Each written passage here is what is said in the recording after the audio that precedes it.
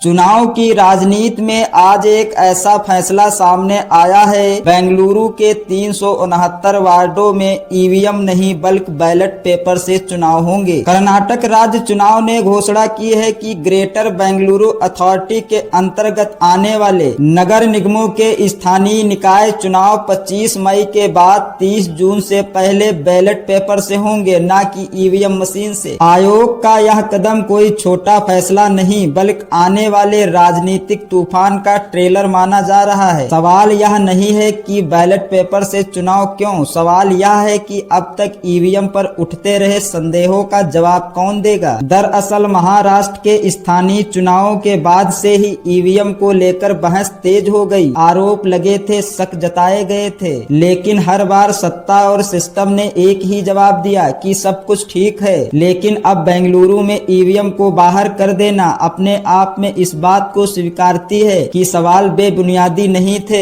यही वजह है कि जैसे इस बार खबर सामने आई, राजनीतिक गलियारों में जैसे हलचल मच गई हो। खास तौर पर भारतीय जनता पार्टी के लिए फैसला असहज कर देने वाला है, क्योंकि बैलेट पेपर का मतलब है जमीनी सच्चाई, बूथ स्तर की पकड़, हर वोट पर सीधी नजर। इसी बीच पश्चिम बंगाल में एसआईआर को लेकर सुप्रीम कोर्ट का सख्त रुख, रिकॉर्ड में गड़बड़ी वाले नामों को सार्वजनिक करने का आदेश और बड़े पैमाने पर नाम काटने की प्रक्रिया पर रोक, यह सब कुछ मिलकर चुनाव आयोग की भूमिका पर भी सवाल खड़े करते हैं। जिस आयोग पर निष्पक्षता का भरोसा टिका होता है, उसी साख पर जब सवाल सामने आते हैं तो लोकतंत्र खुद कटघरे में खड़ा होता हुआ नजर आता है। और इसी बीच सबसे बड़ी और अहम बात की, जब शंकराचार्य अभिमुक्तेश्वर आनंद जी के साथ प्रयागराज में हुई कथित बदसलूकी, साधु संतों का खुला विरोध और पत्रकारों का प्रशासन से आंखों में आंखें डालकर सवाल पूछना, यह सब कुछ संकेत देता है कि माहौल बदल रहा है। जो आवाजें कल तक दबाई जाती थीं, आज वही आवाजों सड़कों से लेकर कैमरे तक गूंज रही हैं। तो सवाल सीधा है कि क्या बेंगलुरु से शुरू हुई बैलेट पेपर की वापसी सिर्फ एक शहर तक सीमित रहेगी या फिर पूरे देश के चुनावी राजनीति की दिशा बदल जाएगी? क्या बीजेपी के लिए आने वाले बड़े झटकों की शुरुआत है? जवाब अभी भविष्य के गर्भ में है, लेकिन इतना तय है कि आज से चुनाव पहले जैसे नहीं रहने वाले हैं। और इसी बीच अहम सवाल यह है कि क्या बीजेपी का अंत का समय अब शुरू हो चुका है? देखना होगा आखिरकार भविष्य में जाकर इन सवालों का जवाब क्या होता है। फिलहाल तब तक के लिए बने रहिए और ऐसे ही देखते रहिए यूट्यूब चैनल अमित मामा। नमस्कार। अगर आपको यह हमारा वीडियो पसंद आया हो तो इसे लाइक और शेयर करना बिल्कुल न भूलें। साथ ही हमारे चैनल अमित मामा को सब्सक्राइब और फॉलो जरूर करें। धन्यवाद।